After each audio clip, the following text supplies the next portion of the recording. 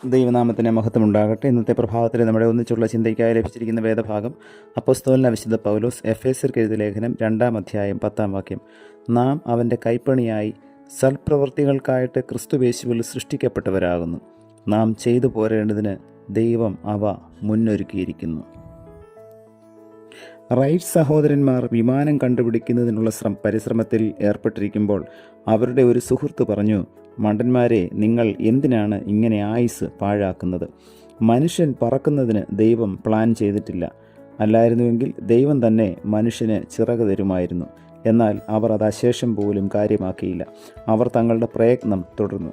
അവസാനം വിമാനം നിർമ്മിക്കുക തന്നെ ചെയ്തു. ദൈവം സൃഷ്ടിച്ചപ്പോൾ ഇല്ലാതിരുന്ന അനേക കാര്യങ്ങൾ പിന്നീട് മനുഷ്യ പ്രയത്നം കൊണ്ട് സൃഷ്ടിക്കപ്പെട്ടിട്ടുണ്ട്. ലോകത്തിലുള്ള ശാസ്ത്രീയ കണ്ടുപിടുത്തങ്ങൾ എല്ലാം തന്നെ അങ്ങനെ സാധ്യമായിട്ടുള്ളതാണ്. ദൈവം മനുഷ്യനെ സൃഷ്ടിച്ചപ്പോൾ അതിനുള്ള ബുദ്ധിശക്തി കൂടി നൽകിയാണ് സൃഷ്ടിച്ചിട്ടുള്ളത്. മാത്രമല്ല, അതിനായി പ്രയത്നിപ്പാനുള്ള കഴിവും നൽകിയിട്ടുണ്ട്. അങ്ങനെ മനുഷ്യ പ്രയത്നം കൊണ്ട് സാധിക്കുന്നത് ദൈവിക പ്ലാൻ അല്ല എന്ന് പറയുവാൻ ആർക്കും സാധ്യമല്ല. ദൈവം സൃഷ്ടിക്കുക മാത്രമല്ല, സൃഷ്ടിക്കുവാൻ മനുഷ്യനെ നിയമിക്കുകയും അധികാരപ്പെടുത്തുകയും കൂടെയായിരുന്നു. കൂടാതെ ഇന്ന് ദൈവം സൃഷ്ടിപ്പ് നടത്തുന്നതും മനുഷ്യനിൽ കൂടെയാണ് എന്നതും നാം വിസ്മരിക്കരുത്. എന്നാൽ സൃഷ്ടിപ്പ് നടത്തുന്നതിന് മനുഷ്യന് ഉന്നതമായ ദീർഘദർശനം ആവശ്യമാണ്. ഈ ദർശനം ദൈവദത്തമാണ്. ഈ ദർശനത്തോടൊപ്പം ദൈവം നൽകിയ ബുദ്ധിശക്തിയും ഉപയോഗിച്ച് പ്രയത്നിപ്പാൻ സന്നദ്ധമാകുമ്പോഴാണ് പുതിയവ സൃഷ്ടിക്കപ്പെടുന്നത്. ഉന്നത ദർശനം കൂടാതെ ദൈവത്തിൻ്റെ പ്ലാൻ ഗ്രഹിക്കുന്നതിനോ നടപ്പാക്കുന്നതിനോ മനുഷ്യന് കഴിയില്ല.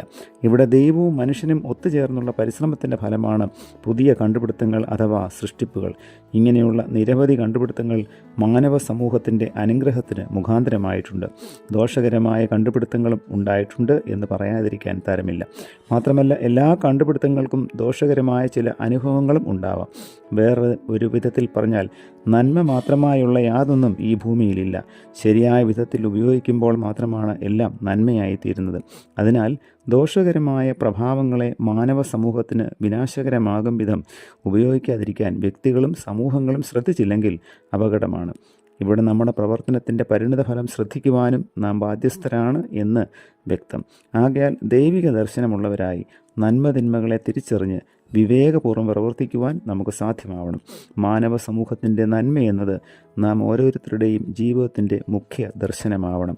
ആ ദർശനത്തോടും വിവേകബുദ്ധിയോടും കൂടെ പ്രയത്നിച്ച് സമൂഹത്തിന് അനുഗ്രഹമായി ജീവിപ്പാൻ നമുക്ക് ദൈവകരങ്ങളിൽ നമ്മെ തന്നെ സമർപ്പിക്കാം. പ്രാർത്ഥിക്കാം. പ്രിയ കർത്താവേ, പ്രവർത്തിപ്പാനും ജോലി ചെയ്യുവാനും ഞങ്ങൾക്ക് നൽകിയിരിക്കുന്ന ആരോഗ്യത്തിനായും അവസരത്തിനായും നന്ദിയോടെ സ്തോത്രം. അത് വിവേകപൂർവ്വം ബുദ്ധിപൂർവ്വം കൈകാര്യം ചെയ്യുവാൻ ഞങ്ങളെ അവിടുന്ന് സഹായിക്കണമേ. ഞങ്ങൾ പ്രവർത്തിക്കുന്നതും ഞങ്ങൾ ചെയ്യുന്നതുമൊക്കെ